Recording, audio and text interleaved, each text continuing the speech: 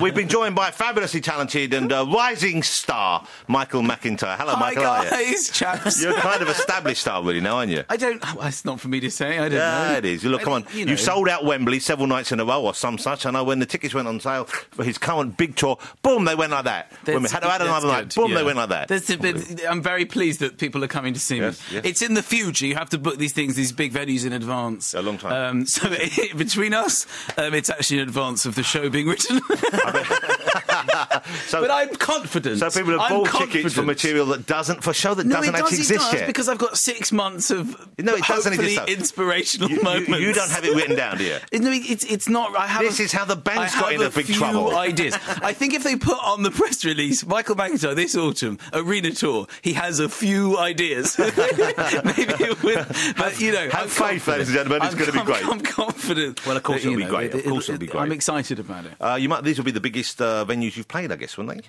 Yeah, I mean, I actually went on the one of the Wembley Arena website to have a look at the seating plan, and it's like in postcodes. They have seriously, it's like N1, N10. It's enormous. Yeah. I've done theatres with binoculars. I was there with some friends. I saw something on the other side. I had to send a bike courier to send a message over. That's how far away it was. It's a big old place, but there's going to be big screens and big laughs. Yeah. Am I doing a better job of selling it now? Big screens. They're going to be big screens and big laughs. Now, have you ever seen yourself on a screen that big?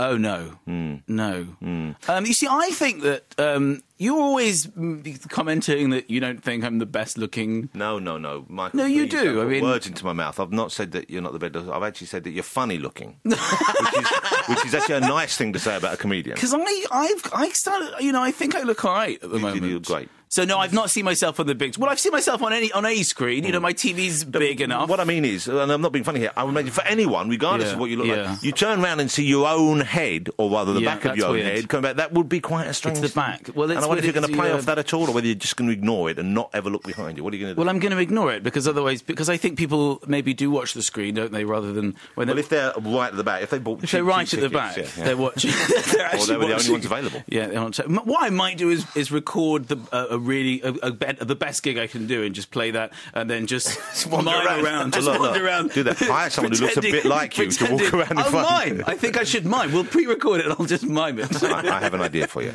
This is a nice and charitable thing you might want to consider. Oh, I'm always... Because you look to me like a charitable sort of person. Are you kidding? Of course. Yeah. How about this? People are coming on that gig, and the people right at the back in the worst seats are thinking, I'm glad I'm here. I'm a big fan of Mcintyre. I'm a long way away. I'm not going to see him. Come out behind them and say, everybody turn around. All those of you who thought you had the great tickets, no, not so great now, are they? We've set up the venue the other way backwards.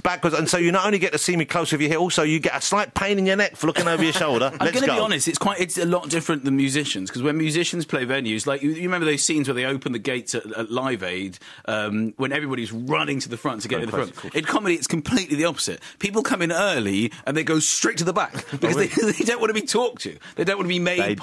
They don't want to be picked on. People are phoning up in advance asking for restricted view because it means I can't see them. Could you put me behind a pillar? Yes. Yeah, exactly. As long as I see half the stage. I don't want him to see. If he catches my eye and makes me part of the show. Well, you're not one of those kind of comedians anyway, though, are you? You're not someone who actually... I'm not rude to people, but I love to talk to people in the audience and get things going. I don't get them up, just chatting. It just creates things in the moment. So say you saw Andy sitting down the front there. What would you say if you saw Andy? If you saw that big old face sitting down there in the front looking at you? Big old face. Weather-beaten, like a big old farmer. Well, you see, you see about live comedy. What would you say to him? How would you pick up on him? Well, we would chat. I would ask him, questions about his life. What would you say? Let's do it now. Okay, hi, how are you? I'm fine, Michael. How are you? See you've gone Hang on a second. What? People pay for this now. No, come on, no, I think I'm just telling people on the spot slightly. You are getting this for nothing. You're getting this for nothing. You're getting this for free.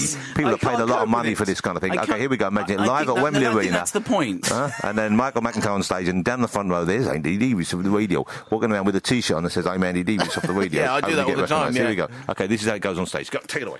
See, what I would say to Andy, now that I've been put on the spot... well, Andy's already... Because he's wearing all black, so this is what people do when they come to my gigs. They think that they will blend into the background by wearing all black. But unfortunately, Andy's been betrayed by his salt and pepper hairstyle. Yes. I'm being drawn to his ever so slightly glow-in-the-dark streaks, strands in his hair. Quite distinguished looking, though. Yeah, it's distingued, but you don't want to Schofield early look. You don't want to be... He's really gone the whole hog. Has, yeah. And I saw Tom Jones on your show as well.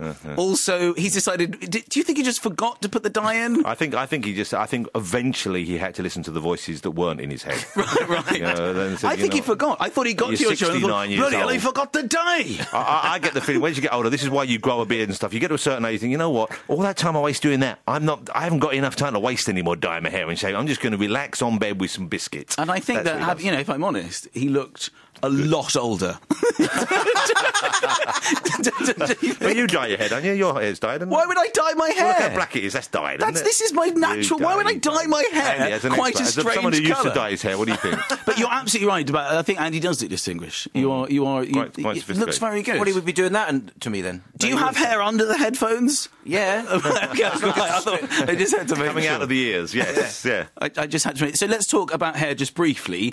So with regards to your hair, what's normally the plan? I mean, do you go for... do you have a regular hairdresser? He comes to the house. I mean, he comes to the house. Sometimes, yes. Sometimes I've had that happen. Sometimes I get done shoes. I'll be honest with you, despite the way it looks, I know you find this hard to believe because I'm always kind of, about as close to perfection as you can get. I'm not a vain man. Right. Well, I'm not a vain man, not interested in myself. Do you look in the mirrors? Do you avoid mirrors? Do you have a lot of mirrors in your house? Is there a mirror before you leave the door? I'm not a vampire. I can look in the mirror. It's not like I'm going to be shocked by my lack of appearance and go, oh, so I'm the twist in this story. No, I look in mirrors occasionally. Yes, normally if I have to, if I'm shaving and so on. You have to in the lift. There's always a lift mirror, isn't there? I don't enjoy it as much as I used to. Right. As you get older, you don't enjoy seeing yourself in the mirror as much as you used to. Well, I think the most you look in the mirror is when you're having your hair cut, and it's amazing how you can stare at your face just for ages. And you keep thinking new things about your face. Normally there's a point during the haircut where you go, I quite like my hair now. And then they go beyond that. Yeah, and it's like, I liked it half an hour ago. What have you done? Do you then say to yourself, but in a month it'll be back to that level, so I've got it to look forward to? So that's why I go, now I have a haircut, and I go, give me a halfway haircut. I used to give me a halfway haircut. But I used to feel always that the hair, I now realise that the deep-rooted psychological problems that I was hoping the hair would cause wouldn't go away. And now I'm quite happy in and of myself. Right. Well, you've got a great head of hair, which is why that becomes a positive. Now, as you get older. Yeah. Oh. Then there's always the hilarious moment when they show you the back of your own head, which is the only time you ever see the back of your head. How are you supposed to? I think men have only ever reacted to like, yeah, whatever. No one's ever gone, what have you done back there? Or do people go, I love it, I'm leaving backwards. Although you might want to be a bit more careful now because it will be huge on a screen behind you at Wembley Arena. Well, I know that's the if I turn around, it'll be the back of my head. I think you should have something comedy carved in the back of your hair. Like this way up, done upside down. Something like that. Or fragile. You know what? Maybe it isn't even our head. Maybe it's just a photo of his best ever haircut. Maybe he just shows everyone the same back of their head. You know what? I haven't been past a high street barber for quite a while. Do they still have pictures in the window of famous people, or is it just former victims? Well, the old ones, they don't rotate the pictures, so you'll have like a black and white sort of haircut. But literally, I don't think anyone has ever walked. I don't think any man has ever walked into a hairdresser, pointed at a picture, and said, "I'll take the black and white one from the window." I sense a fabulous sketch for a new comedy show coming on. We take a bunch of celebrities and we make them go in and go. I've had a few ideas. You're listening to the Jonathan Ross podcast from BBC Radio 2. The Ting Tings, Michael McIntyre? Oh, you know what? I'm a huge fan of the Ting Tings, as is my son, who is 3 years. He's a toddler. Well, does he count as a toddler still at 3.5? Was he out of toddling? He actually walks with grace now. With grace and skill. Yeah, and style. He doesn't looks like a young Nureyev. He does. He does. I don't know if you've seen his Giselle, but if you have, then I'll put the trousers on white. Thank you very much. Good night, everybody. Toe in his amble. Well, you've got a sort of spring in your step, always. Always. Yeah, I do, absolutely. And the boy is developing in the boy. What age are you going to name him? Similar way. We don't know. 9, 10. We don't know. Want to see what he looks like? When I know the we'll see. Here's something I wouldn't have known unless I'd cast a cursory eye over this Google Notes I've been handed. You know who are Googling now? Doctors. No. I went to the doctor and I told him what I had. He Googled your complaint? But he was trying to get away with it. He was Googling whilst looking at me and typing at the same time. I was like, are you Googling this? You can't do that. Also, people put stuff on Wikipedia and Google that isn't true. Absolutely not true. They say, yeah, what you have is ingrown personality disorder. Here's something I wouldn't have known if I hadn't just Googled Michael McIntyre. He's of Canadian-Hungarian descent. Is this correct? True, yes. Is this true? In which way does this manifest itself in your day-to-day life, if at all? Well, it's not a day-to-day thing. No. But yeah, my father was Canadian, and Mother my was mother therefore? My mother. Method of deduction here. Hungarian?